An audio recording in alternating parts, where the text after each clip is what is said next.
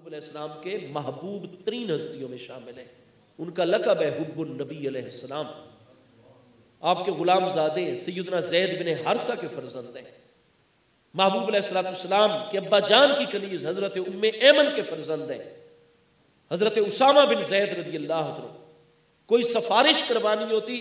حضرت اسامہ کو محبوب کی بارگاہ میں سفارش کے لیے پیش کیا جاتا اور حدود الہی کے علاوہ ان کی ہر سفارش کو محبوب علیہ السلام قبول فرمایا کرتے تھے. وہ حضرت اسامہ میدان جنگ میں اور جب ایک کافر آپ پر حملہ آور ہوتا ہے آپ اپنا بچاؤ کر لیتے ہیں اللہ کی رحمت سے اور جب آپ اس پر حملہ کرتے اور اس کی تلوار اس کے ہاتھ سے نکل کر دور جا گرتی ہے اور اس کافر کو یقین ہو جاتا ہے کہ اب اسامہ مجھے قتل کر دے گے میدان جنگ میں، وہ خود اگر قادر پاتا آپ کو شہید کر دیتا. آپ غالب آ گئے، اس کی تلوار اس کے ہاتھ سے گر گئی، نہتہ ہو گیا اور جب آپ تلوار کا وار کرنے لگے اس نے فوراً اونچی زبان سے کلمہ شہادت پڑھ دیا. میدان جنگ گئے، پہلے تو وہ تلوار اٹھا کر آپ کے مقابلے میں آیا ہے، اب وہ جب مغلوب ہو گیا ہے واضح نظر آ رہا ہے کہ وہ جان بچانے کے لیے کلمہ پڑھ رہا ہے. چنانچہ یہی ہوا، اس نے زور زور سے کلمہ شہادت پڑھ دیا. حضرت اسامہ رضی اللہ عنہ نے تھوڑا سا توقف کیا کہ اس نے تو کلمہ شہادت پڑھ لیا، اس نے تو ایمان کا اظہار کر دیا، لیکن آپ کے دل میں یہی بات پیدا ہوئی کہ اس نے کلمہ پڑھا صرف اپنی جان بچانے کے لیے، بس ایک ہاتھ مارا اور اس کی گردن اڑا دی. دوسرے صحابی میدان جہاد میں ان کی توجہ تھی اس معاملے کی طرف. جب اللہ تعالیٰ نے فتح و نصرت عطا فرما دی، یہ جنگ مکمل ہو گئی،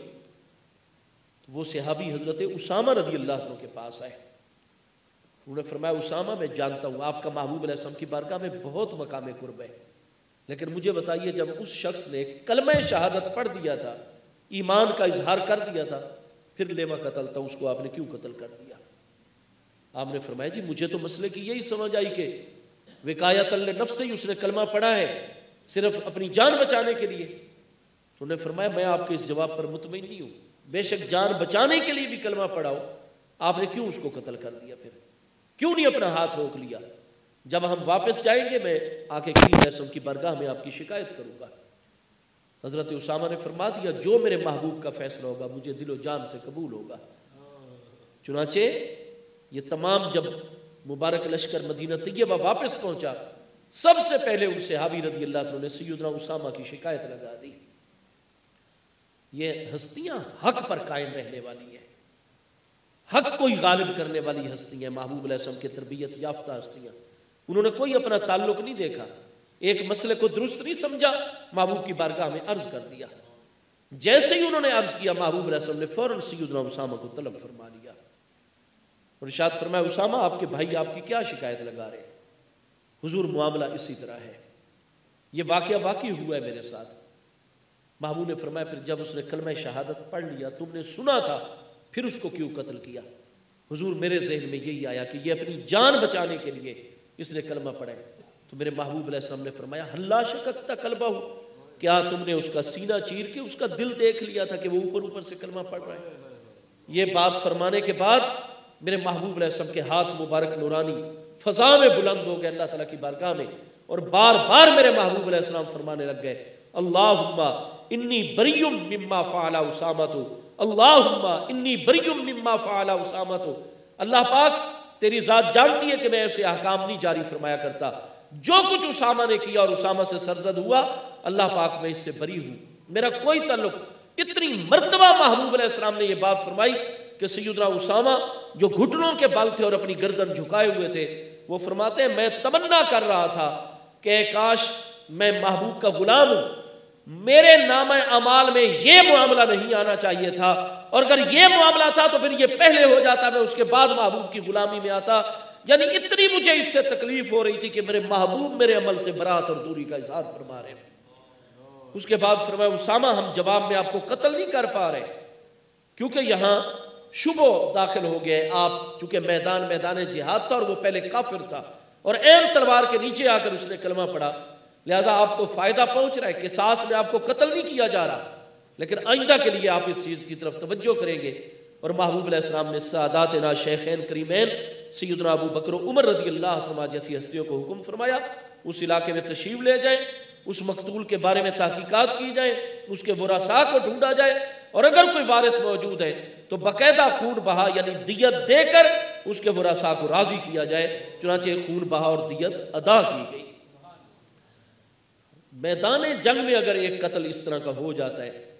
تو مصطفیٰ علیہ السلام اس سے برات اور دوری کا اظہار فرماتے ہیں. حضرات اکابر صحابہ کرام اکابر اہل بیت اطہار کے علم میں یہ ساری چیزیں اگر مسئلہ ختم نبوت کے حوالے سے کوئی تھوڑی سی بھی گنجائش موجود ہوتی تو اتنے بڑے بڑے امتحانی مراحل میں سب سے زیادہ کتابوں میں کہ حضرت صدیق اکبر اور پیارے صحابہ کرام کی توجہ تھی تو وہ محبوب کی شان ختم نبوت کے دفاع کے لیے توجہ تھی. چنانچہ کتنا بڑا جہاد کیا گیا مسلمہ کذاب کے خلاف ذی الحج سن 12 ہجری کے اندر. حضرت سیدنا خالد بن ولید مخزومی رضی اللہ عنہ کی سربراہی کے اندر ایک صحابی رضی اللہ عنہ کا بھی اس مسئلے میں اختلاف نہیں ہے. اور مسلسل امت کی یہ تاریخ آ رہی ہے شان ختم نبوت پر ایمان یہ ضروریات دین میں سے ہے. اور جو چیزیں ضروریات دین میں داخل ہیں تو ان کے بارے میں واضح اصول ہماری علم کلام علم عقائد اور فقہی جزیات کی کتابوں میں پوری صحت کے ساتھ ہر دور میں موجود آ رہا ہے. کل مدعی للاسلام ینکر شیئا من ضروریات الدین فہو المرتد وحکمہ حکم المرتدین. جو چیزیں ضروریات دین میں داخل ہیں ان میں سے ایک چیز کا بھی کوئی انکار کرتا ہے وہ مومن مسلمان نہیں رہتا, وہ مرتد ہو جاتا ہے اور شریعت میں اس کا حکم مرتدین والا ہوتا ہے. میرے دوستو جہاں تک مسئلہ ختم نبوت ہمارے دور کے اندر یہ بات ہے قادیانی مرزائی اور احمدی ایک تو یہ اپنے آپ کو یعنی یہ تینوں جماعتیں بھی ایک دوسرے کو کافر کہتی ہیں اس لیے کہ جو لوگ قادیانی ہیں وہ اس کو نبی مانتے ہیں, مرزائی یہ اس کو نبی مانتے ہیں, اور جو احمدی ہیں یہ اس کو نبی نہیں مانتے یہ اس کو مجدد مانتے ہیں. اور ہمارے نزدیک یہ تینوں جماعتیں ہی کافر ہیں مرتد ہیں. اس لیے کہ جس شخص نے اپنی کتابوں کے اندر اتنی حضرات انبیاء کرام علیہ السلام کی گستاخیاں کی, حضرت عیسیٰ علیہ السلام کی شان میں ذرا اس کی گستاخیاں تو آپ ملاحظہ کریں اس کی کتابوں میں. میرے پیارے مصطفیٰ کریم علیہ السلام کی بارگاہ میں جو اس نے گستاخیاں اور دریدہ دیکھیاں کی وہ تو ان چیزوں کی وجہ سے بھی مرتد. پھر یہ ہے کہ اس نے 1908 میں وہ مرا اور 1901 میں اس نے نبوت کا دعویٰ کر دیا اور باقاعدہ اپنے اوپر وحی کے نزول کی اس نے باتیں اور یہ ساری چیزیں پھر بار بار آتی رہی. تو جو ایسے شخص کو مجدد تو رہ گیا کجا مسلمان بھی مانے وہ خود مومن نہیں رہتا. ہاں جی,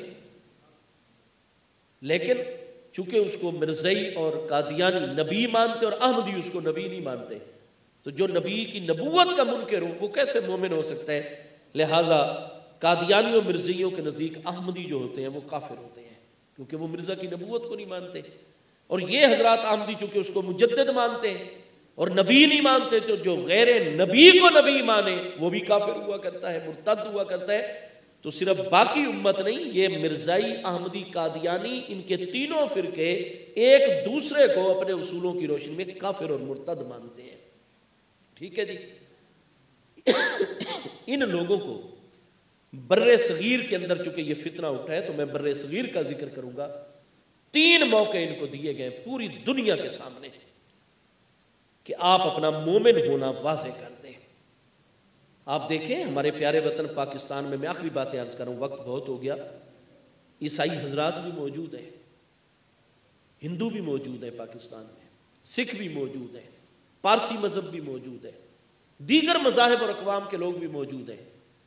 لیکن ہم ان کے جتنے بھی سماجی معاشرتی قومی حقوق ہیں وہ سارے کے سارے ہم تسلیم کرتے ہیں. ہمارا دین دین فطرت ہے. ہمارے پیارے محبوب علیہ السلام کا وصال اقدس ہوا ہے جزیرہ نمائے عرب میں سن 11 ہجری میں. تو کیا پورے جزیرہ نمائے عرب میں صرف اور صرف مسلمان تھے؟ اس وقت بھی مشرک اور کافر تھے. کیا سورہ توبہ نہیں نازل ہوئی کہ بعد عامہم ھذا, اس سال کے بعد اب مشرکین و کفار بیت اللہ کا طواف نہیں کر سکیں گے, ان کے لیے نو گو ایریا قرار دے دیا گیا, حرم محترم ان کے لیے حرام قرار دے دیا گیا, پروہیبٹڈ ایریا ہے. تو وہ موجود تھے تو تب بھی یہ فرمان حضرت سیدنا امام علی مقام ہمارے 5ویں برحق امیر المومنین خلیفہ راشد سیدنا امام حسن مجتبی رضی اللہ عنہ نے جب نبی پاک علیہ السلام کی امت پر قیامت تک کے لیے سب سے بڑا احسان فرمایا کہ اپنی جائز برحق 3 بر اعظموں کے اکثریتی علاقوں کی خلافت اور حکومت صرف اور صرف نانا جان کی امت میں استحکام اور ہر فتنہ اور فساد ختم کر کے استحکام عطا کرنے کی خاطر آپ نے صلح فرما لی حضرت سیدنا امیر معاویہ رضی اللہ عنہ کے ساتھ۔ تو یہ جو ربیع الثانی سن 41 ہجری میں واقع آیا، تو ربیع الثانی سن 41 ہجری تک 30 سالہ دور خلافت راشدہ ہے۔ آپ سیدنا امام حسن مجتبی رضی اللہ عنہ کے دور مبارک تک دیکھیں گے، آپ کو سارے مذاہب عالم اسلام میں موجود نظر آئیں گے۔ آپ کو ایران کے علاقوں میں پارسی بھی نظر آئیں گے،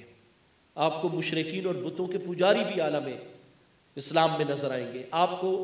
اہل کتاب یہودی بھی نظر آئیں گے، عیسائی بھی نظر آئیں گے۔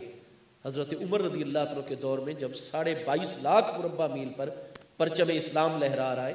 تو بیت المقدس کی فتح سن 16 ہجری میں ہوئی۔ انہی کے ہی تو پادری نے آپ کو کہا تھا کہ جناب ہمارے کلیسا کے اندر آ کر مہربانی کر کے آپ ظہر کی نماز کی امامت کروائیے۔ یہ سارے مذاہب موجود تھے، تو دور خلافت راشدہ میں ہمارے لیے کامل نمونہ موجود ہے کہ غیر مسلموں کے ساتھ مسلمانوں کے معاملات کیسے چلنے چاہیے۔ غیر مسلم اقلیتیں پاکستان میں بہت بڑی تعداد میں موجود ہیں، لیکن ہمارا ان کے ساتھ کبھی کوئی ایسا تنازع نہیں کھڑا ہوا۔ وجہ یہ کہ پاکستان میں رہنے والا عیسائی اپنے آپ کو علی الاعلان عیسائی کہتا ہے، ہندو علی الاعلان اپنے آپ کو ہندو کہتے ہیں، ان کے تمام حقوق موجود ہیں ہمارے آئین میں بھی، ہمارے دینی کتابوں کے اندر بھی۔ لیکن یاد رکھیے ہمیں مرزائیوں، احمدیوں، قادیانیوں کے ساتھ کیوں مسئلہ ہے؟ وجہ یہ ہے کہ یہ مرتد ہو کر اسلام کا دعویٰ کرتے ہیں، یہ دعوی اسلام چھوڑ دیں بالکل، ٹھیک ہے جی۔ اور دعوی اسلام چھوڑنے کے لیے جو دلائل ہیں وہ بالکل ان پر واضح کہ 3 موقع ان کو دیے گئے ہیں علی الاعلان بر صغیر کے اندر پوری دنیا کے سامنے کہ آپ آئیے اور آ کر اپنا ایمان ثابت کر دیجیے۔ سب سے پہلے ان کو موقع دیا گیا 1924 کے اندر ریاست بہاولپور میں، بر صغیر نہیں پوری دنیا میں مقدمہ بہاولپور مشہور ہوا کہ جب احمد پور شرقیہ جو آج بھی بہاولپور کی ہی ایک تحصیل ہے، آپ رحیم یار خان کی طرف جائیں، کراچی روڈ پر بہاولپور سے 60 کلومیٹر پر احمد پور شرقیہ شہر آ جاتا ہے۔ وہاں کا ایک مسلمان پیر بخش جس کی بیٹی کا نکاح اس کے بھتیجے کے ساتھ یعنی کزن کا آپس میں نکاح ہے، یہ لڑکا لاہور میں آ گیا، یہاں یہ آ کر قادیانیوں سے متاثر ہو گیا اور قادیانی مذہب بھی اس نے اختیار کر لیا۔ واپس گیا اور اس نے باتیں اس طرح کی شروع کر دی کہ اس کے چچا پر اور تمام گھر والوں پر واضح ہو گیا بھی یہ تو قادیانی ہو چکا اور مرزا کو نبی مانتا ہے، محبوب علیہ السلام کی شان ختم نبوت کا منکر ہو گیا ہے۔ چنانچہ پیر بخش نے بھی کہا اور اس کی بیٹی نے بھی ٹھیک ہے نکاح پہلے تھا، نکاح ہوتا ہے اہل ایمان کے درمیان، اور تو جب مرتد ہو چکا ہے اب نکاح ختم ہو گیا، لہذا اگر تو توبہ کر اور بالکل مسلمانوں کے عقیدے کے اوپر آ، ٹھیک ہے میں تم سے دوبارہ نکاح کر لوں گی، تمہارے گھر فوراً آباد ہو جاؤں گی، لیکن اگر تو اسی قادیانیت پر رہتا ہے تو پھر تیرا میرا نکاح ختم ہے۔ اب اس نے بار بار تقاضا شروع کر دیا کہ میرا نکاح موجود ہے اور میں بارات لے کر آتا ہوں، رخصت ہو کر گھر میں آؤ۔ اس مسلمان بچی نے ہر مرتبہ انکار کیا۔ جب اس کو یقین ہو گیا کہ وہ میری چچا زاد بالکل میرے گھر میں آباد نہیں ہوگی اور میرا اس سے نکاح اتنے عرصے پہلے کا ہے، تو اس نے احمد پور شرقیہ کے اندر زن شوئی کا مقدمہ دائر کر دیا۔ اس جج کے سامنے جب یہ سارا معاملہ آیا، بچی بھی پیش ہو گئی تاریخ پر، اور اس نے بتایا کہ میں مسلمان ہوں، محبوب علیہ السلام کو آخری نبی مانتی ہوں، اور یہ محبوب علیہ السلام کو آخری نبی نہیں مانتا۔ جج صاحب نے معاملے کی حساسیت کو دیکھتے ہوئے مقدمہ ریفر کر دیا ریاست بہاولپور مرکزی عدالت کے اندر 1924 میں، قیام پاکستان سے بھی 23 سال پہلے۔ چنانچہ اس وقت جو مرکزی عدالت بہاولپور کے جج تھے، چیف جسٹس،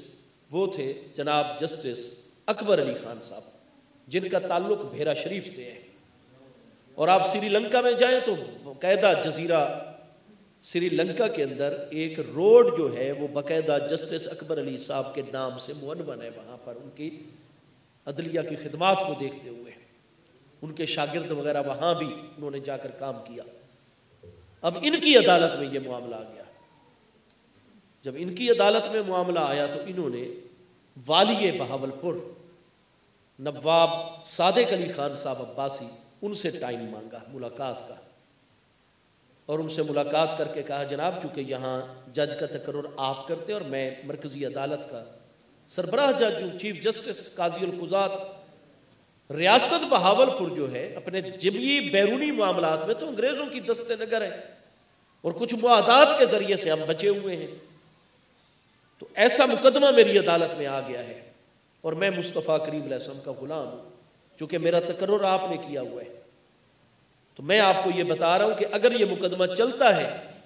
تو پھر میں بالکل میرٹ کے اوپر جو ہے وہ فیصلہ دوں گا۔ اور یہ لوگ محبوب علیہ السلام کی شان ختم نبوت کے منکر ہیں، اور ان لوگوں کا جو پودا ہے یہ انگریزوں نے کاشت کیا ہوا ہے، تو جیسے ہی آپ کی مرکزی عدالت سے ان کے خلاف فیصلہ آئے گا تو یہ فوراً آپ پر حملہ آور ہو جائے گی، اور آپ کو جو ایک دو معاملات میں انہوں نے آزادی دی ہے وہ بھی ساری ہڑپ کر لیں گے، اور یہاں بھی انہی کی حکومت قائم ہو جائے گی۔ ہوگا یہ کہ آپ بھی گرفتار ہو جائیں گے، میں بھی، آپ کا پورا گھرانہ بھی مارا جا سکتا ہے، تو میرے لیے تو جو بھی مراحل ہوں گے میں تو وہ قبول کروں گا، لیکن کل کو آپ کہیں جناب کہ جسٹس صاحب کم از کم آپ مجھ سے مشورہ تو کر لیتے، تو لہٰذا یہ صورتحال ہے، یا تو یہ کہ آپ اپنا ایک انتظامی آرڈر جاری کر کے مجھے اس عہدے سے معزول کر دیں،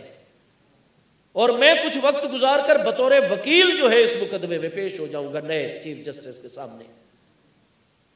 اور اگر آپ یہ نہیں تو پھر نتائج کے لیے آپ تیار ہو جائیں۔ تو وہ عباسی حکمران جو تھا، ریاست بہاولپور کا حکمران، اس نواب صاحب نے کہا جائی صاحب میں مصطفیٰ کریم علیہ السلام کا غلام ہوں، اور حضرت خواجہ غلام فرید صاحب کوٹ مٹھن شریف والوں کی براہ راست میں نے بیعت کی ہوئی ہے۔ 1903 میں حضرت خواجہ غلام فرید صاحب علیہ رحمت کا کوٹ مٹھن شریف راجن پور میں وصال ہے، چشتی نظامی بزرگ ہیں، آپ شورا آفاق ہستی ہیں، فرمایا میں ان کا مرید ہوں۔ یہ تو چھوٹی سی ریاست ہے نا جو خیر پور سندھ سے لے کر تو یہ یہاں خیر پور ٹامے والی بہاولپور کے علاقوں تک ہے نا، یہ چھوٹی سی ریاست ہے دریائے ستلج کے کنارے پر، اگر مجھے اللہ پاک پوری روئے زمین ساتوں بر اعظموں کی حکومت بھی دیتا اور میرے مصطفیٰ علیہ السلام کی شان مبارک کا معاملہ آتا، میں اپنی جان بھی اور پوری کی پوری دنیا قربان کر دیتا، انگریزوں کا جو دل کرے وہ کرے، یا رسول اللہ صلی اللہ علیہ وسلم۔ آپ بالکل کیس کی سماعت کریں اور آپ بالکل میرٹ کے اوپر فیصلہ جاری کریں۔ چنانچہ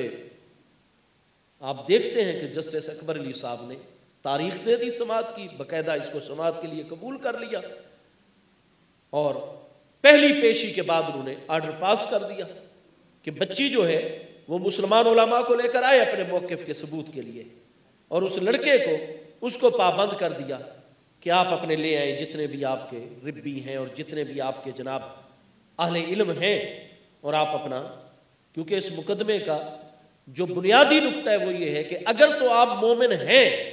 تو آپ کا نکاح اس بچی کے ساتھ موجود ہے، عدالت کہہ دے گی اور عدالت بچی کو پابند کرے گی کہ رخصت ہو اور گھر آباد کر اپنے شوہر کا، اور اگر آپ اپنا ایمان ثابت نہیں کر پائیں گے تو پھر آپ مرتد ہیں اور کوئی نکاح نہیں، پھر عدالت یہی احکام جاری کرے گی۔ چنانچہ یہ مقدمہ بہاولپور آپ کو پرنٹڈ صورت میں، اور بہاولپور کا آپ کو پورے کا پورا یہ عدالت کی تاریخ کا پورا ریکارڈ موجود ہے، الگ سے چھپا ہوا جو ہے یہ بھی ملتا ہے۔ مقدمہ بہاولپور سے نمائندگی کا شرف حاصل کیا تھا قصور سے علامہ غلام دستگیر قصوری ہاشمی رحمۃ اللہ تعالی علیہ نے، جنہوں نے تقدیس الوکیل لکھی ہے، اور علماء دیوبند کی جانب سے دارالعلوم دیوبند سے بلائے گئے علامہ سید انور شاہ صاحب کاشمیری، علماء غیر مقلدین میں سے ثناء اللہ امرت سری صاحب وہاں تشریف لے آئے، ہر مکتبہ فکر کے علماء کو نمائندگی دی گئی، ان کو بلایا گیا، اور وہیں پر ہی علامہ سید انور شاہ صاحب کاشمیری نے یہ بات علل اعلان کہی تھی کہ یہ جو قادیانیوں کا وکیل ہے، یہ 1924 میں انہوں نے کہا بہاولپور کے مقدمے میں پوری روئے داد میں یہ چیز آن دا ریکارڈ موجود ہے، ہم اہل سنت کو کافر نہیں کہتے ہیں، ان کی جانب سے ہمارے علماء دیوبند کے اوپر۔ اور جب مولانا احمد رضا جیسی شخصیات پر یہ چیزیں واضح ہو گئی تھی کہ واقعی کچھ علماء سے توہین ہوئی ہے، تو اگر وہ فتویٰ نہ دیتے تو وہ خود پھر کافر ہو جاتے، تو وہ یہ ساری چیزیں انہوں نے واضح کی۔ بہرحال قادیانیوں کو پورا موقع دیا گیا 1924 کے اندر، کتنی ساری اس کی سماعتیں ہوئی،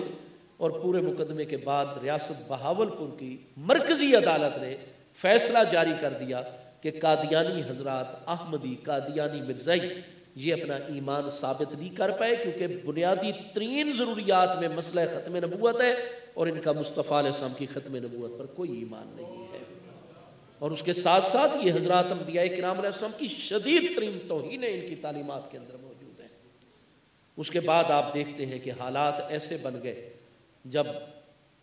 یہاں ملتان سے وہ طلباء کا ایک وفد چلا ہوا تھا، اور یہ جو آج چناب نگر ہے اس کا ربوہ کہلاتا تھا، اور یہاں انہوں نے اپنا لٹریچر دیا۔ ان طالب علموں نے جب اس پر حیرت کا اظہار کیا، اور اس کے بعد انہوں نے، چونکہ پوری پلاننگ تھی عالمی سطح کی 1974 کے اندر، اور پھر اس سے ہنگامے ہوئے، اتنا جانی نقصان ہوا پاکستان میں۔ ہاں جی، ایک تو 1947 میں پاکستان بن رہا ہے، 1953 میں اتنے مسائل انہوں نے پیدا کر دیے کہ 1953 میں تاریخ ختم نبوت چلانی پڑی مسلمانوں کو۔ اس میں جتنے نقصانات اور جتنی قربانیاں دی گئی ہیں، پھر 1974 کے اندر یہ مسئلہ آ گیا، اور آپ جانتے ہیں کہ پھر جون 1974 سے لے کر 7 ستمبر 1974 تک مسلسل جو ہے ہماری قومی اسمبلی کے اندر یہ معاملہ چلا گیا، اور کامل 3 ماہ تک ان حضرات کے 10 جو ہے وہ ترجمان وہاں مقرر ہوئے، اور قومی اسمبلی میں بعد میں آپ دیکھتے ہیں کہ جب آخری سوال علامہ شاہ احمد نورانی صدیقی علیہ رحمت، مجاہد ملت علامہ عبدالستار خان نیازی علیہ رحمت، اور حضرت علامہ عبد المصطفیٰ ازہری صاحب جو کراچی سے ہمارے MNA تھے، ان 3 ہستیوں نے جب بالکل سپیکر نے، صاحبزادہ فاروق علی خان صاحب سپیکر تھے قومی اسمبلی کے، بعد ساری سمیٹ دی گئی، اور آخری سوال مسلمانوں کے نمائندوں کو کہا گیا، علماء کو، کہ آپ کا آخری سوال جو بنتا ہے آپ کریں، اور اس کے بعد اس ساری بحث کے اوپر غور و فکر کر کے نتیجہ دے دیا جائے گا۔ تو آخری ترین سوال جو تھا وہ یہی تھا قادیانیوں کے 10 نمائندوں کے اوپر، ستمبر 1974 میں۔ آپ وہ 10 جلدوں میں پورا ریکارڈ ہمارے پاس موجود ہے، آپ ملاحظہ فرمائیں۔ ٹھیک ہے، پہلے تو قومی اسمبلی کے سیکریٹریٹ میں آپ کو درخواست دینی پڑتی تھی، تب وہ فیس جمع کروا کے آپ کو ریکارڈ ملتا تھا۔ آج تو عام کتب خانوں کے اوپر وہ اردو اور انگلش میں مکمل طور پر آپ کو 10 جلدوں میں شائع شدہ مل جاتا ہے، آپ خریدیں اور پڑھیں۔ آخری سوال جو ہمارے بزرگوں نے کیا قادیانیوں کے اوپر، انہوں نے فرمایا ہمارے آخری سوال 2 شقوں پر مشتمل ہے، اور پہلا سوال کا حصہ یہ ہے کہ جب بابا قوم قائد اعظم محمد علی جناح علیہ رحمت، انہوں نے آپ کو پورے حقوق دیے، آپ کو جو قانون ساز اسمبلی ہے اس میں بھی پوری نمائندگی دی، کیونکہ پاکستان جغرافیائی طور پر جن علاقوں پر مشتمل تھا ان میں آپ لوگوں کی تعداد بھی موجود آ رہی تھی، اور آپ کا ایک اپنا الگ نظریہ ہے۔ تو کل آپ کہیں کہ ہمارے ساتھ کوئی ظلم ہو گیا، زیادتی ہو گئی، آئین بنتے ہوئے، قانون بنتے ہوئے، آپ کو پوری نمائندگی، وزیر خارجہ آپ کا مقرر ہوا چودھری ظفر علی۔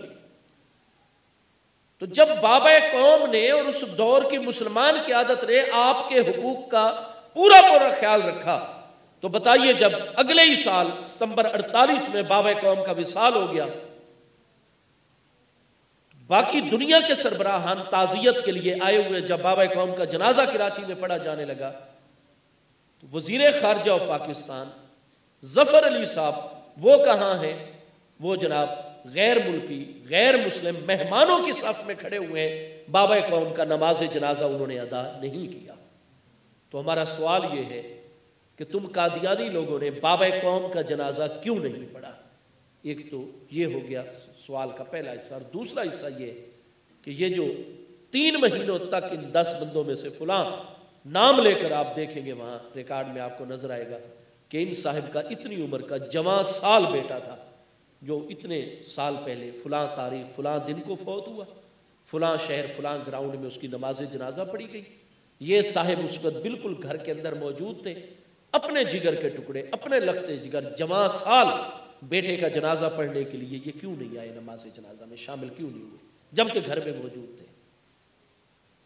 تو ان سوالوں کے جواب دے دیے جائیں۔ آئیں بائیں شائی ہوئی، لیکن بالآخر سپیکر کے حتمی حکم کے اوپر کیا انہوں نے جواب دیا؟ انہوں نے قومی اسمبلی کے فلور کے اوپر جواب دیا کہ ٹھیک ہے، بابا قوم نے بہت مہربانیاں کی، سب کچھ ٹھیک ہے، لیکن ہمیں معاف رکھا جائے. جو شخص بھی, چاہے وہ بابا قوم ہی کیوں نہ ہو, جو شخص بھی قادیانی کو نبی نہیں مانتا, ہم اس کو مسلمان نہیں مانتے اور اس کا نماز جنازہ نہیں پڑھیں گے, چاہے وہ بابا قوم ہی کیوں نہ ہوگا. یہ علل اعلان انہوں نے کہا. اور اس کے بعد اس صاحب کا بھی یہی جواب تھا کہ ٹھیک ہے وہ میرا بیٹا تھا, میں گھر میں تھا, لیکن چونکہ وہ میرے مرزا کو نبی نہیں مانتا تھا, لہذا میرا بیٹا ہے, مر گیا, مسلمانوں نے اس کا پڑھایا جنازہ, میں اس کے جنازے میں شامل نہیں ہوا. کیونکہ جو ہمارے اس وقت خان عبد الولی خان صاحب جو اپوزیشن لیڈر تھے وہ کھڑے ہو گئے اس وقت. انہوں نے کہا کہ مولانا شاہ احمد نورانی صاحب کی شخصیت, کیونکہ جب سے میں ان سے واقف ہوں مجھے پتا ہے کہ یہ جھوٹ نہیں بول سکتے اور کسی انسان کے خلاف خواہ مخواہ یہ بات نہیں, ان کا کردار ایسا حال ہے. تو میں ان سے تو متاثر تھا ہی صحیح, لیکن آج میں اللہ کا شکر ادا کرتا ہوں کہ میرے جیسا سیکولر مائنڈ رکھنے والا انسان بھی آج کامیاب اور خوش ہے کہ اس وقت اگر میں اس بل کے اوپر سائن نہ کرتا تو میں اپنے آپ کو بہت بڑا مجرم ساری زندگی قرار دیتا رہتا کہ جو لوگ قادیانی کو نبی نہ مانے یہ اس کو مسلمان ہی نہیں مانتے, مومن چاہے وہ بابا قوم ہی کیوں نہ ہو, چاہے وہ ان کا اپنا بیٹا ہی کیوں نہ ہو. تو بہرحال پوری دنیا کا میڈیا, اسرائیل کے بڑے بڑے صحافی بھی اور بڑے بڑے محقق بھی مختلف ملکوں کے پاسپورٹ کے ذریعے سے, ویزوں کے ذریعے سے وہ پہنچے ہوئے تھے اور پوری دنیا کے سامنے ہماری قومی اسمبلی میں علل اعلان, یہ کوئی ان کیمرہ اجلاس نہیں تھے, کارڈ جاری ہوئے تھے اور پوری دنیا کی نگاہوں کے سامنے. آج تک کوئی تو کہے کہ پاکستان کی اسمبلی میں جون سے لے کر 7 ستمبر 1974 تک قادیانیوں کے ساتھ یہ فلاں امتیازی معاملہ ہوا, فلاں ان کے نقطے کو اہمیت نہیں دی گئی, فلاں ان کی بات کے اوپر بحث نہیں کروائی گئی. نہیں, کوئی ایک بھی آواز آپ کو ایسی نظر نہیں آئے گی. اللہ تعالیٰ کی رحمت سے پوری دنیا کے سامنے اوپنلی یہ سارے کا سارا وزیر اعظم بھٹو صاحب کے دور میں معاملہ ہوا اور بالآخر 7 ستمبر 1974 کو قومی اسمبلی نے متفقہ, کوئی ہمارا ایک بھی رکن پارلیمنٹ ایسا نہیں, چاہے وہ حزب اقتدار سے تعلق رکھتا ہو یا حزب اختلاف سے تعلق رکھتا ہو, وہ بھٹو صاحب کا حمایتی ہو یا بھٹو صاحب کا جتنا بڑا مخالف ہو, جتنے اس وقت قومی اسمبلی کے ممبران تھے, آپ ایک کا بھی اختلافی نوٹ اگر ہے تو اس فیصلے میں آپ دکھا دیجیے. کوئی امتیازی سلوک نہیں. اور پوری دنیا نے دیکھا کہ قومی اسمبلی میں ان کی ہر بات کو اہمیت دی گئی, ہر نقطے کا وزن کیا گیا اور ان کو سپیکر صاحب کی رولنگ اس میں موجود ہے ابتدائی اجلاس کے اندر. انہوں نے کہا کہ ہم یہ نہیں کہتے احمدیوں کو, مرزائیوں کو, قادیانی کو کہ تم اپنے آپ کو یہاں قومی اسمبلی پاکستان میں کوئی قرون اولا کا بڑا متقی مومن اپنے آپ کو ثابت کرو. نہیں, ایسا نہیں, صرف تم ضروریات دین پر اپنا ایمان ثابت کر کے دے دو. باقی جو بھی تمہاری تعلیمات, تمہارے نظریات ہیں, ہم یہی کہیں گے کہ جب ضروریات دین پر تمہارا ایمان موجود ہے تو تم مومن ہو. ہاں, تمہاری بہت ساری تعلیمات مسلمانوں سے ہٹ کریں, تو جیسے مسلمانوں میں پہلے اتنے فرقے موجود ہیں, تم بھی ایک نئی جماعت آ گئی ہو, نیا ایک فکر لے کر ایک نیا فرقہ بن گئے ہو, لیکن ہم آپ کو مومن مانیں گے اور مومنین والے حقوق ہی آپ کے سارے تسلیم کریں گے, کیونکہ ضروریات دین پر جو آپ کا ایمان موجود ہوگا. لیکن جون سے لے کر 7 ستمبر تک یہ ضروریات دین پر اپنا ایمان ثابت نہیں کر پائے. 88 میں ہماری سپریم کورٹ میں خود انہوں نے جو ہے وہ درخواست لانچ کی اور عدالت نے اس کو بالکل غور و فکر کیا. سپریم کورٹ نے احکام جاری کیے اور اس معاملے کو وفاقی شرعی عدالت کی طرف ریفر کیا. چونکہ 1974 7 ستمبر سے ان کے لیے یہ قانون بن گیا تھا کہ یہ اپنی عبادت گاہ کو مسجد نہیں کہہ سکتے. ٹھیک ہے جی, اس کو یہ جماعت خانہ کہیں, کوئی اور نام دیں, اسلامی شاعر والا لفظ نہیں استعمال کر سکتے, اور جو یہ عبادت کے لیے, اجتماعی عبادت کے لیے دعوت دے اس کو یہ آذان نہیں کہہ سکتے. اسی طریقے سے جو کلمہ طیبہ ہے اس میں بے شک میرے محبوب علیہ السلام کا اسم گرامی ہے, لیکن یہ 1988 میں سپریم کورٹ کی رولنگ آئی ہوئی ہے. ٹھیک ہے جی, فل بینچ نے یہ سارا کچھ وفاقی شرعی عدالت کے تعاون سے یہ سارے کا سارا فیصلہ اپنی زیر نگرانی لکھا ہوا ہے. کہ حیرت ہے کہ مسلمان سکالرز نے ان کی کتابوں سے ثابت کر دیا ہے کہ کلمہ یہ مسلمانوں والا پڑھتے ہیں، لیکن جو لفظ محمد الرسول اللہ آتا ہے، اس محمد سے یہ محمد بن عبداللہ ہمارے آقا کریم علیہ السلام مراد نہیں لیتے، یہ اس محمد سے مراد بھی قادیانی لیتے ہیں مرزے کو، کیونکہ اس نے باقاعدہ اپنی کئی کتابوں میں یہ لکھا ہوا ہے کہ وہ ہستی جس کے وعدے کیے گئے تھے اور وہ محمد بھی میں ہوں علیہ السلام. ہاں جی، تو اس لیے یہ کلمہ بھی پڑھ رہے ہو تو ان کے کلمے انہوں نے روکا ہوا کہ آپ اس اپنے جو اقرار ہے جو بھی اپنے نظریے میں داخل، اس کو آپ کلمہ طیبہ نہیں کہہ سکتے، اس کو آپ اذان نہیں کہہ سکتے، اپنی دعوت کو آپ جناب جتنے بھی مسلمان جو شاعر کے لیے الفاظ استعمال کرتے ہیں وہ الفاظ نہیں آپ استعمال کر سکتے، اپنی عبادت کو آپ نماز نہیں کہہ سکتے، کیونکہ آپ مرتد لوگ ہیں، آپ غیر مسلم ہیں. کیوں آپ اسلامی شاعر اپنی عبادت، کسی عیسائی کو اجازت ہے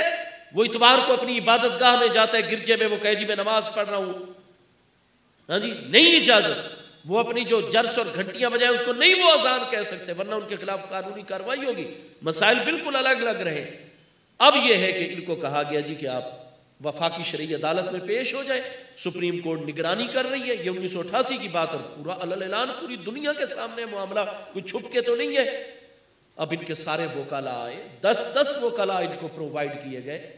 لیکن سال بھر یہ کارروائی جاری رہی.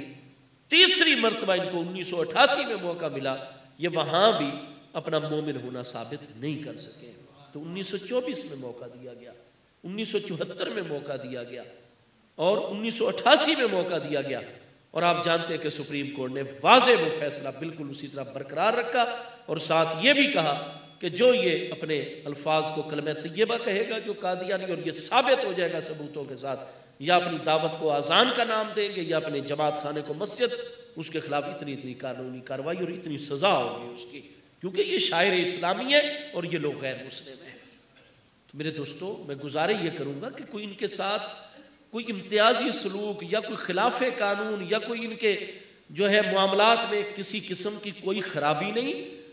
مسلمانوں نے اور اہل پاکستان نے ہمیشہ بر صغیر میں ان کے ساتھ پورا انصاف کیا، لیکن یہ لوگ اپنا مومن ہونا نہیں واضح کر پاتے، مرتد لوگ ہیں اور بالکل الگ. مسلمان کیوں ختم نبوت کے حوالے سے اتنے حساس ہیں ان لوگوں کے معاملے میں؟ وہ یہی ہے کہ یہ باقی تمام کے تمام مسلمانوں کا انکار اور مرتدین ہو کر یہ لوگ جو ہے وہ دعوی اسلام کرتے ہیں، جس کی اسلام میں ہمارے قانون آئین میں اجازت نہیں ہے. آخری بات کا آخری حصہ یاد رکھیے، غیر مسلموں کے ساتھ ہمارے معاملات کی تعلیم کتاب و سنت میں بھی موجود ہے، ہمارے آئین قانون میں بھی موجود ہے. جتنے بھی غیر مسلم ہیں ان کے تمام انسانی حقوق، سماجی اور معاشرتی حقوق کا تحفظ اسلام سے زیادہ کوئی دوسرا دنیا کا مذہب نہیں کرتا. لیکن قادیانیوں کا معاملہ چونکہ باقی تمام اقلیتوں سے جدا گانا ہے، یہ مرتد لوگ ہیں، ان کا حکم شریعت میں اور ہمارے قانون میں مرتدین والا ہے. اب مرتدین والے ان کے معاملے کے اوپر حکومتیں عمل نہیں کر پائیں، ان کی اپنی مجبوریاں ہیں. مرتد کا حکم ہوتا ہے کہ ان پر مستحب ہے، صرف کوئی امیر وقت کے اوپر یا حکمران ریاست اسلامی کے اوپر فرض واجب نہیں ہے، مستحب اور پسندیدہ عمل ہے کہ جس کا مرتد ہونا ثابت ہو جائے 3 دن اس پر اسلام پیش کیا جائے. اگر وہ قبول کرے، اس کے جو سوالات ہوں اس کے لیے اسکالرز مقرر کیے جائیں، ان کو مطمئن کریں، جواب دیں، تسلی بخش جواب آ جائیں. اگر وہ لوٹ آئے ملت کی طرف تو ٹھیک، ورنہ چوتھے دن ان کو قتل کر دیا جاتا ہے. یہ فرض ہے اللہ اس کے رسول علیہ السلام کی طرف سے. مرتد کی سزا قتل ہے، لیکن ہماری حکومتوں کی مجبوری ہے. پوری دنیا کے معاملات اس طرح، وہ ہمارے حکمران، ہمارے جتنی بھی انتظامیہ ہے، عدلیہ کے سربراہ ہیں، ہماری افواج، وہ سارے قیامت کے دن اپنا جواب دے لیں گے. ہم ہیں عوام، ہم نے وہ کام کرنا جو ہماری ذمہ داری کے دائرے کے اندر ہے. ہمیں شریعت مبارکہ اجازت نہیں دیتی کہ ہم قانون ہاتھ میں لیں. کوئی قادیانی مرزئی کہاں موجود ہو، ہمیں تو اس کو ایسے اس کے لباس کو ٹچ کرنے کی بھی اجازت نہیں ہے. قانون کو ہرگز، ورنہ تو کوئی کسی کو بھی کچھ قرار دے کر قانون اپنے ہاتھ میں لے لے گا. وہ جیسے اب ہمارے علماء نے بھی اس تحقیقی تفتیشی کمیٹی میں موجود تھے. علامہ پروفیسر ظفر الحق بندیالی صاحب ہمارے معتمد ترین علماء میں سے، وہ بھی تو اس کمیٹی میں شامل تھے. وہ بینک مینیجر کو جو قائد آباد کے اندر جو ہے وہ قتل کیا گیا گستاخ رسول علیہ السلام قرار دے کر، حالانکہ وہ مسئلہ سارا ذاتی تھا. قانون ہاتھ میں لینے کی ہرگز شریعت مبارکہ میں اجازت نہیں ہے. لیکن معاملہ ہے حکومت کا. ہم عوام ہیں, ہم نے کیا کرنا ہے؟ کوئی عیسائی ہو, کوئی ہندو ہو, وہ بتوں کے پجاری ہوتے ہیں ہندو, اگر وہ ہماری ہمسائیگی میں رہتے ہیں تو ان کے بالکل سماجی, معاشرتی اور انسانی حقوق ہیں. ہمارا دین ہمیں کہتے ہیں اگر وہ جب تک ہماری ریاست کے قوانین کا احترام کر رہے ہیں, ریاست کے ساتھ وفادار ہیں, اسلام کا مذاق نہیں اڑاتے, ہمارے شاعر کا مذاق نہیں, کوئی گستاخی توہین نہیں کرتے, اپنی چار دیواری میں اپنے طریقے پر اپنے معاملات چلاتے ہیں, ریاست کے وفادار ہیں, ان کے تمام سماجی معاشرتی حقوق ہیں. وہ پیاسے ہوں گے ہم ان کو پانی پلائیں گے, وہ بھوکے ہوں گے ہم ان کو کھانا پیش کریں گے, ان کو لباس کی ضرورت ہے لباس دیں گے. کوئی فوت ہو جائے اپنے اس مذہب پر, ہم اس کے لیے دعائیں بخشش نہیں کر سکتے, لیکن ان کے لواحقین سے ہم جا کر تعزیت کر سکتے ہیں. اللہ آپ لوگوں کو صبر دے. کوئی ہماری خدمت کی ضرورت ہو آپ بتائیں, ہماری کار کی ضرورت ہے, موٹر سائیکل کی ضرورت ہے, فون کی ضرورت ہے, آپ کے مہمان آئے ہیں, کوئی ان کو رہنے کی جگہ چاہیے 1-2 دن, وہ جتنے سماجی معاشرتی معاملات ہیں وہ ہم سارے کے سارے لوگوں کے ساتھ چلائیں گے. اسلام سب سے زیادہ حسن اخلاق کی تعلیم عطا فرماتا ہے. یہ سارے معاملات بالکل دور خلافت راشدہ سے آ رہے ہیں. ٹھیک ہے جی, ہماری فقہ کی کتابوں میں پوری تفصیلات موجود ہیں. لیکن جہاں تک ہے کسی مرزئی کا معاملہ, یہ میں شان ختم نبوت کے حوالے سے آخری بات عرض کروں, قادیانی اور احمدی کا, وہ چونکہ مرتد ہے, ان کا حکم باقی منورٹیز اور اقلیتوں سے جدا گانا ہے. پاکستان میں رہنے والے باقی غیر مسلم پاکستانیوں سے جدا گانا ہے ان کا معاملہ. وہ چونکہ مرتد ہے, ان پر آخری حد جاری کرنا وہ ریاست کی ذمہ داری ہے. لیکن ہم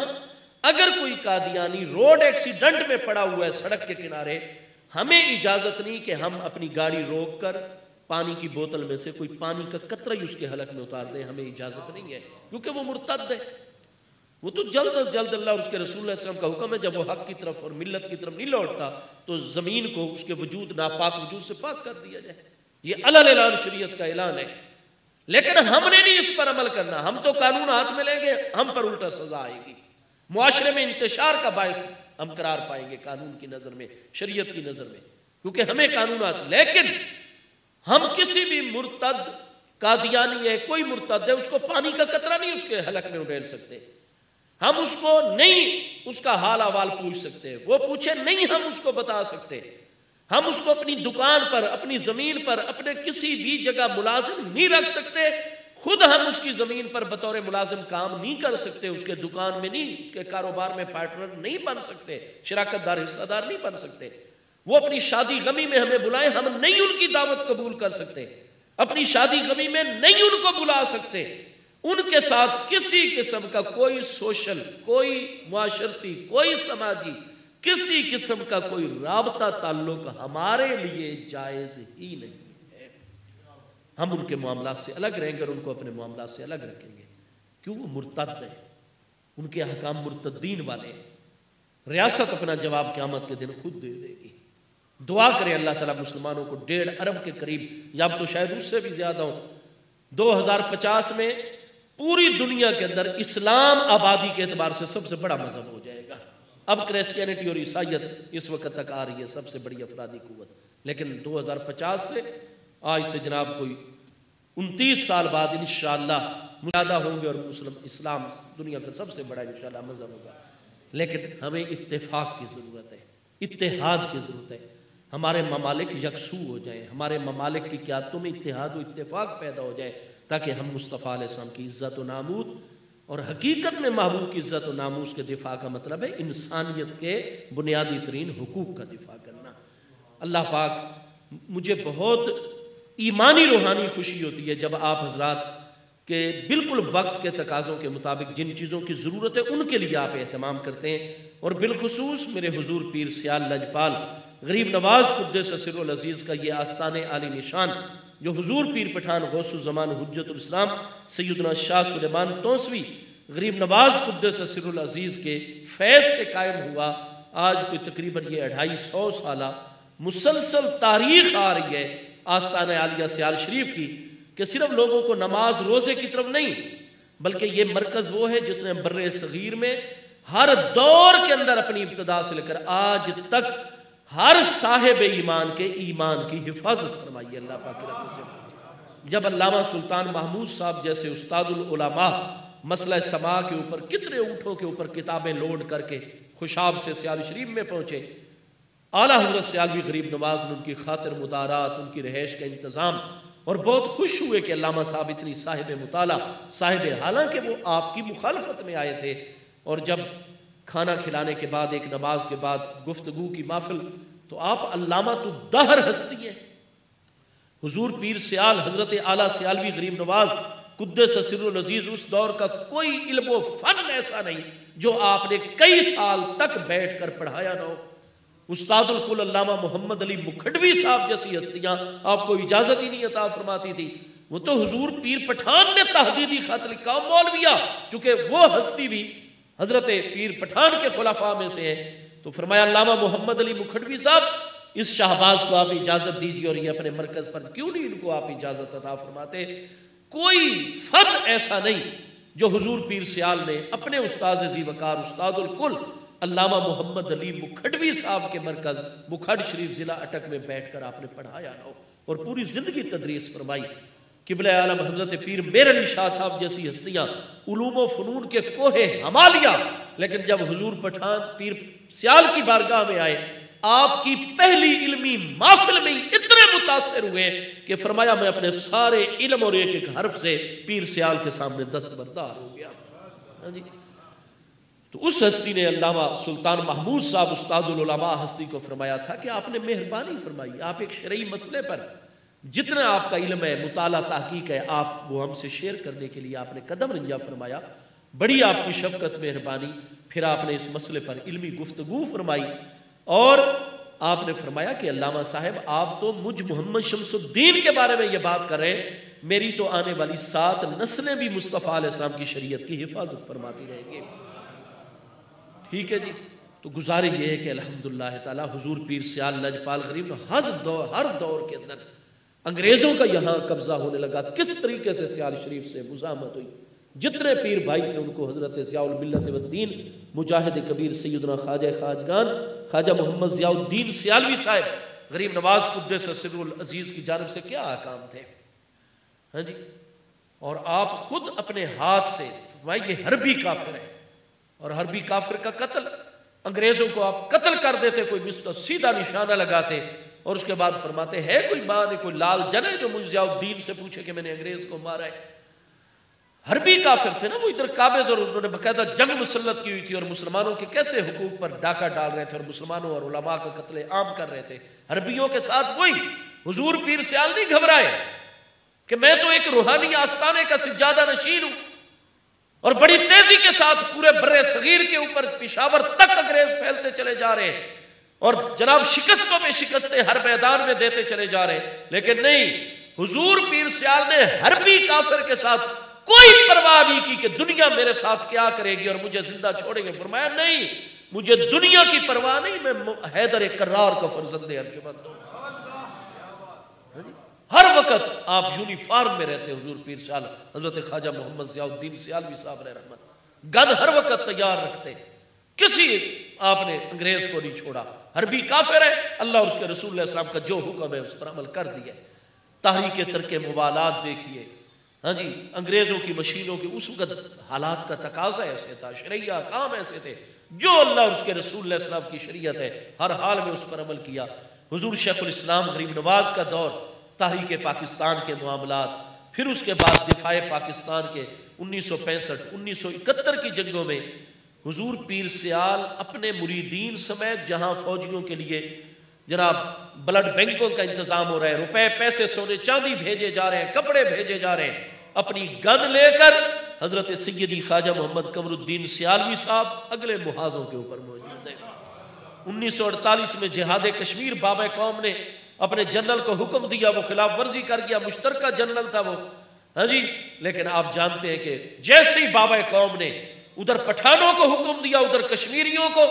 حضور پیر سیال پھر سیال شریف میں نے رہے، ہر طرف پیغام اور بندے بھی دوڑا دیے پیر بھائیوں کی طرف کہ آئیے محاذ پر اور کشمیر کے، اور حضور پیر سیال اگلی صفوں میں گولیاں چلا رہے ہیں، اور آپ نے باقاعدہ طور پر عملی طور پر جہاد میں شرکت، اور یہ کشمیر کا حصہ آزاد ہوا بابا قوم کے دور میں۔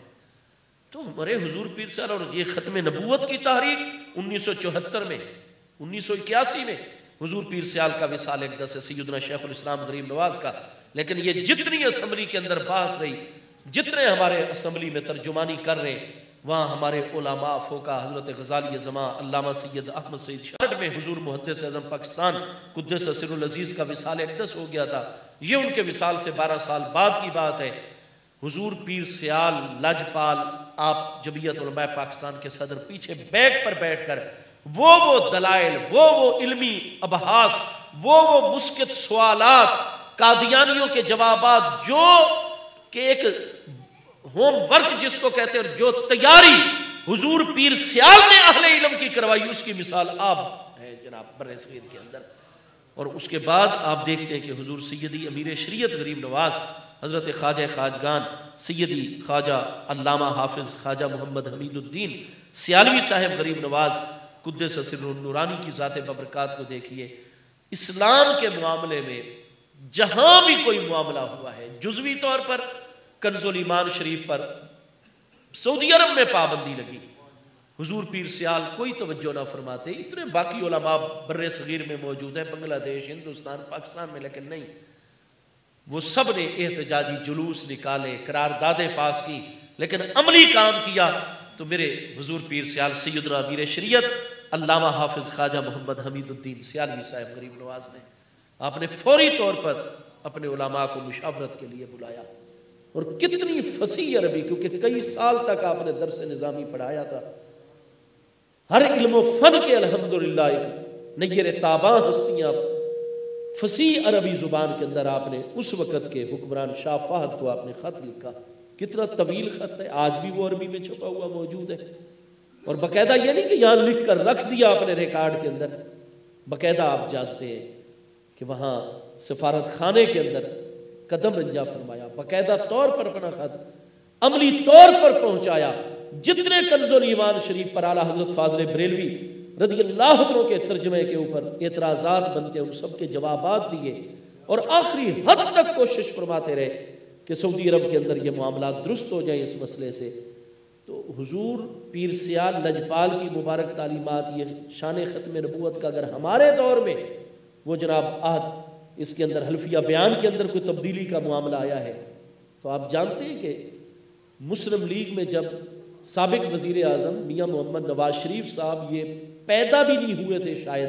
میرے حضور پیر سیال کا, تو اس وقت سے مسلم لیگ سے تعلق آ رہا ہے. 1906 میں مسلم لیگ نواب سلیم اللہ خان صاحب کے گھر میں بنگال کے اندر اس کی تشکیل کی گئی. 1906 میں حضور سیدنا شیخ الاسلام غریب نواز کی ولادت ہے اگست 1906 کے اندر.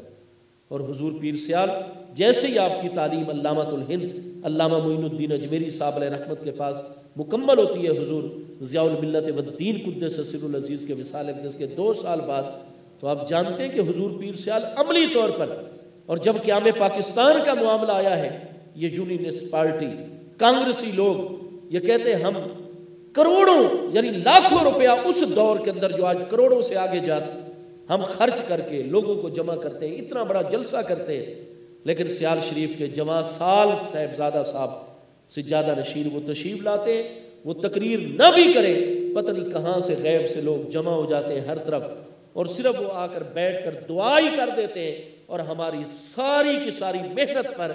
خواجہ محمد قمر الدین جو جمع سال ہے, ابھی مونچھ داڑھی ان کی اب پیدا ہو رہی ہے, لیکن وہ صرف ان علاقوں میں قدم ہی رنجا کر دیتے ہیں, سارے کے سارے مسلمان مسلم لیگ کے اندر شامل ہو جاتے ہیں. لیکن جب شان ختم نبوت کا معاملہ آیا ہے, آپ نے ان رفاقت اور ان دوستیوں کو بھی خیر بات کہہ دیا, اور مصطفیٰ علیہ السلام کی عزت و ناموس کے لیے میدان عمل کے اندر آ گئے. حضور پیر سیال لجپال غریب نواز کی ہر حوالے سے بے مثال خدمات ہیں, آپ جس پہلو سے دیکھیں گے,